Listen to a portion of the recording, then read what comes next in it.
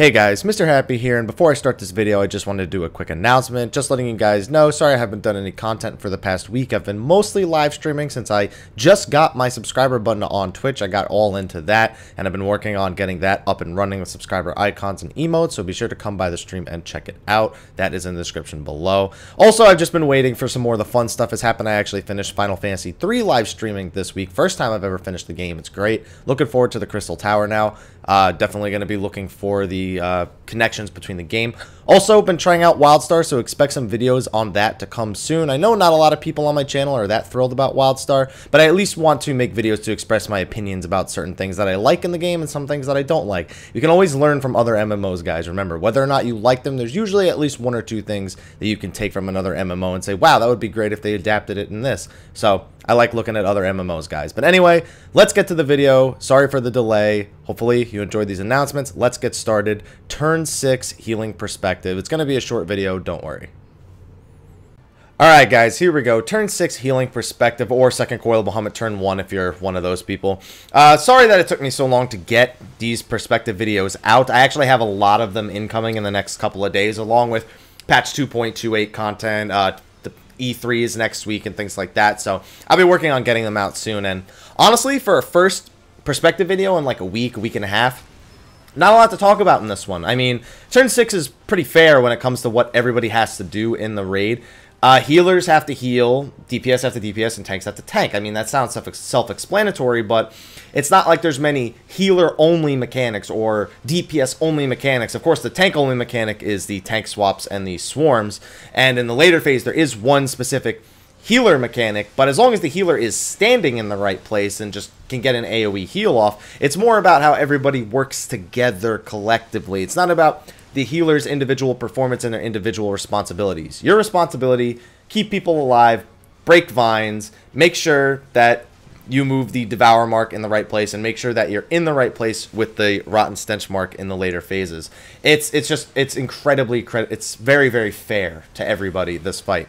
So it's really just specific situations you'll see like this, where he gets a vine and he needs to heal. And one thing that he does, and I recommend, this isn't, again, not even healer specific, when you get the vines, don't just start panic running and just be like, okay, I need to break it right away. Because it can really mess up positioning, even in the LOS method, which, as you can see, we're not using here for our own reasons. We just don't use it because it's not the way that we learn the fight. Nothing against it. It works perfectly fine. Just don't panic when you're breaking vines. You don't need to move immediately and try to break it. Now, one thing that I don't see a lot of healers do, and not just on the newer content, but just learning healers that may not be fully used to how they expend their mana, and that's swift cast raising. You know, using swift cast on your raises is usually the most important use that you can have for it, and the quicker you do it, the quicker it's out of the way. You know, you can try and put it off because you need to heal the tank or anything like that, but the quicker you get it off, the quicker you can get back to things like that. So I definitely recommend getting those swift cast raises off as soon as the person dies, as best as you can. It doesn't always work. It depends on when somebody dies in a certain fight, whether you need to be moving and you can't get them up, or you're going to be in a bad spot when you raise them.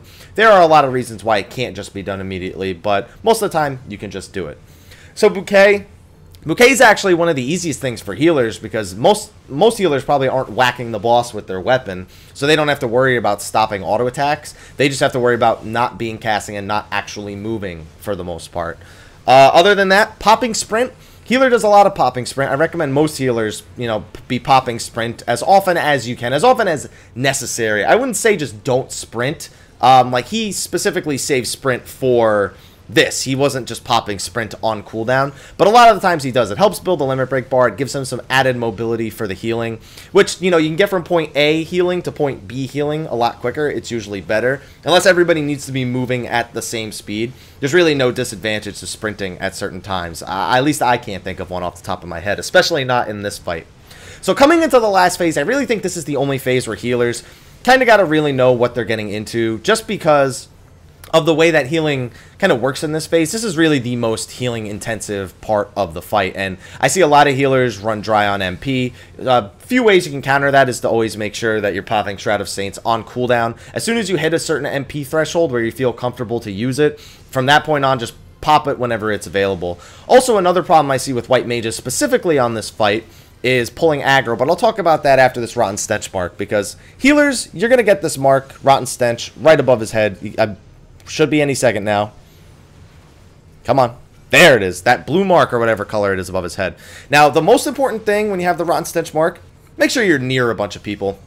That's really all that matters about it. So as you can see there, we actually had the off tank. To the left had it, as opposed to the usual way where the person in the group moves back and everybody else moves forward. We actually had the tank get it, so everybody just communicated to move right together. Something that you can easily set up ahead of time. Now the fight is coming to an end, so I just want to touch on the AoE healing in this phase. Communicate mantras, divine seals, presence of mind. All of your healing cooldowns are great in this phase, and Shroud of Saints is especially great, and you'll see why in a second here. Very easy for healers to pull aggro in this phase. As you're going to see, this next heal pulls aggro on the slime. Now that's mostly because we have a warrior and he's afraid of damaging them too much and forcing the slugs to go elsewhere.